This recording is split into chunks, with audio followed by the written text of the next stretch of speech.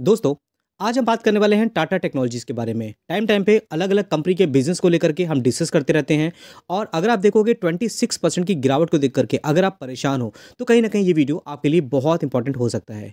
क्योंकि कुछ hidden points हैं जो आपको ज़रूर पता होने चाहिए।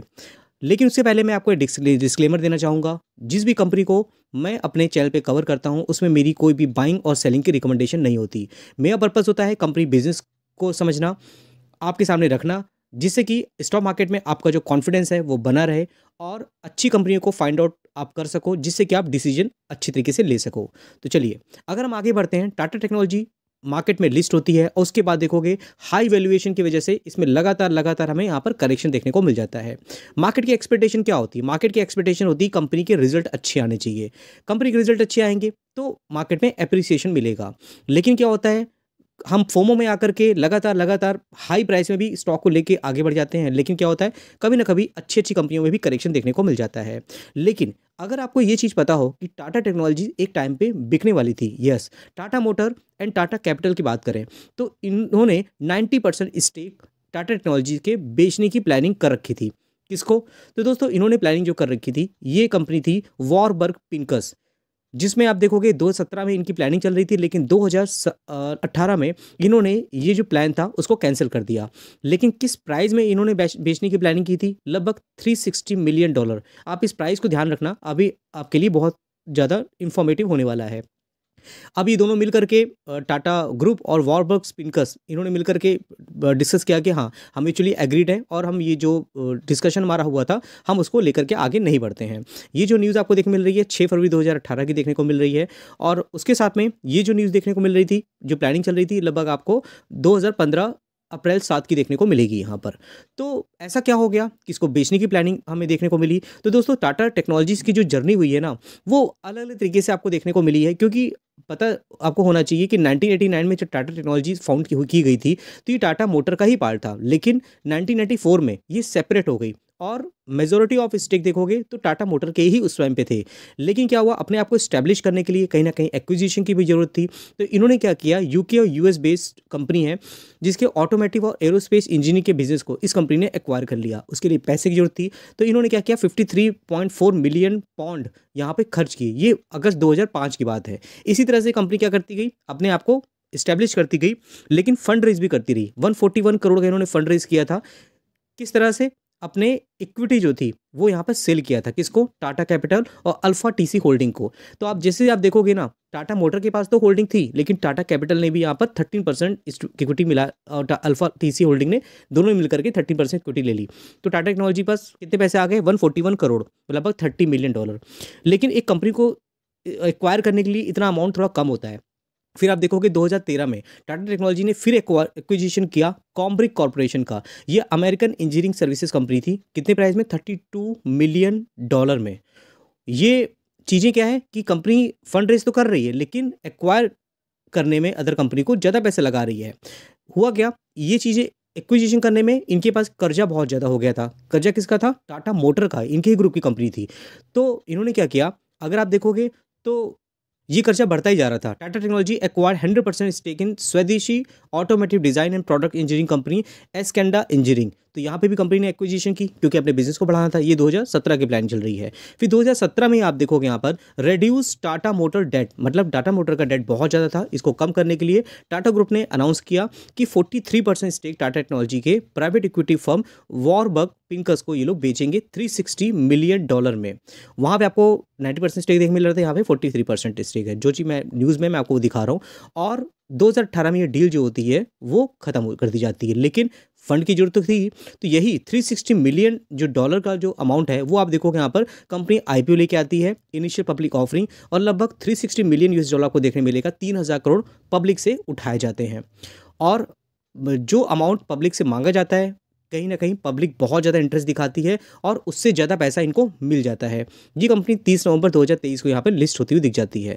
अब आप बताओ, कंपनी को रिक्वायरमेंट थी 3000 करोड़ की यहाँ पर, और अगर यहाँ पर इक्विटी बेचती तो इतना ही अमाउंट मिलता। लेकिन क्या हुआ, आईपीओ लेके आई। उनको पता है कि कंपनी का नाम ज़्यादा है, ब्रांड काफ़ी बड़ा है, तो लोग आँख बंद करके इन्वेस्टमेंट करेंगे। और उसका नतीजा क्या होता है, आप देखो यहाँ पर ज़बरदस्त यहाँ पे गिरावट देखने को मिल जाती है। अब यहाँ पे कंपनी को क्या करना पड़ेगा, परफॉर्मेंस दिखानी पड़ेगी। परफॉर्मेंस नहीं रहेगी तो कहीं ना कहीं इसी तरह का कंसोलिडेशन आपको देखने को मिल जाएगा। उसके साथ में कुछ और इंपॉर्टेंट चीज़ें हैं जो आपको पता होनी चाहिए। 3,000 करोड़ का कंपनी को फंड रेज करना था, जिसमें आप देखोगे कंपनी को कितने मिले, लगभग 1.5 लाख करोड़। सोचिए अगर कंपनी इक्विटी सेल करती तो फिक्स अमाउंट मिलता 3,000 करोड़ का, लेकिन कंपनी आईपीओ लेके आई और 1.5 लाख करोड़ यहाँ पर कंपनी को मिल गए। उसके बाद करेक्शन तो होना लाजमी था। अब एक क्वेश्चन और आता है कि अगर हमने इस लेवल पे ले भी लिया है तो अब हमें क्या करना चाहिए, व्हाट नेक्स्ट। इस तरह के क्वेश्चन बहुत लोगों के माइंड में आते हैं। तो अगर हमें इसको लेना भी है, आगे चल के पोर्टफोलियो में ऐड करना है, फ्यूचर टेक्नोलॉजी में कंपनी काम करती है, तो देखिए कंपनी के बिजनेस के बारे में अगर आप थोड़ा कॉन्फिडेंट रहोगे ना तो कहीं ना कहीं ऐसी कंपनी को होल्ड करना बहुत आसान होता है।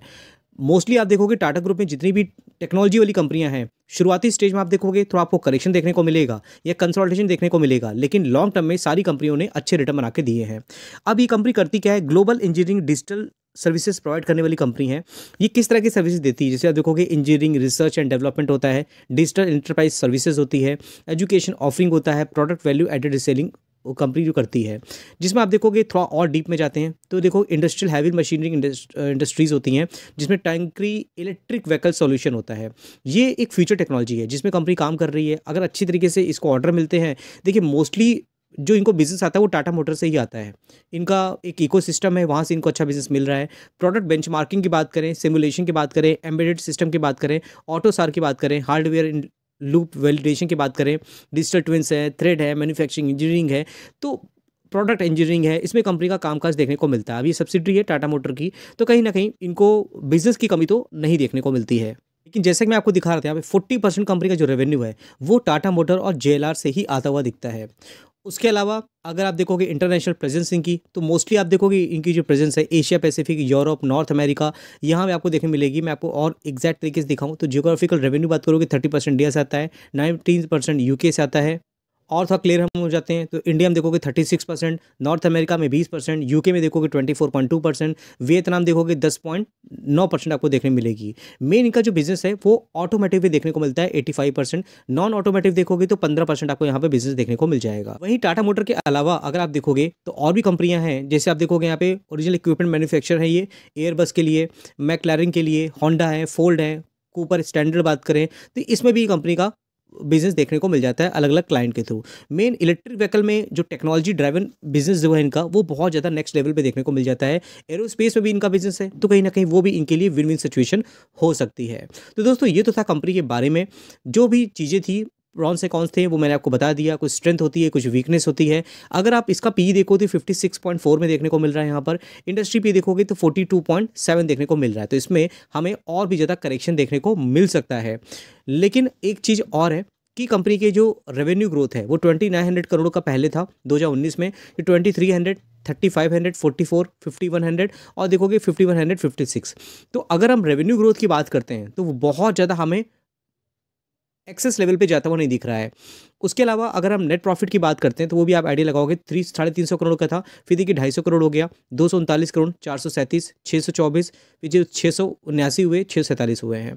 तो ये जो मेजर प्रॉब्लम है ना कंपनी का रेवेन्यू मार्जिन, ये निकलना बहुत इंपॉर्टेंट है, क्योंकि जो ईपीएस होते हैं वो कहीं ना कहीं बहुत इंपॉर्टेंट रोल अदा करते हैं। ईपीएस अच्छा आएगा तो कंपनी का जो वैल्यूएशन है वो सुधरेगा, वैल्यूएशन सुधरेगा तभी स्टॉक में हमें काफ़ी अच्छा रिटर्न मिलता हुआ दिख सकता है।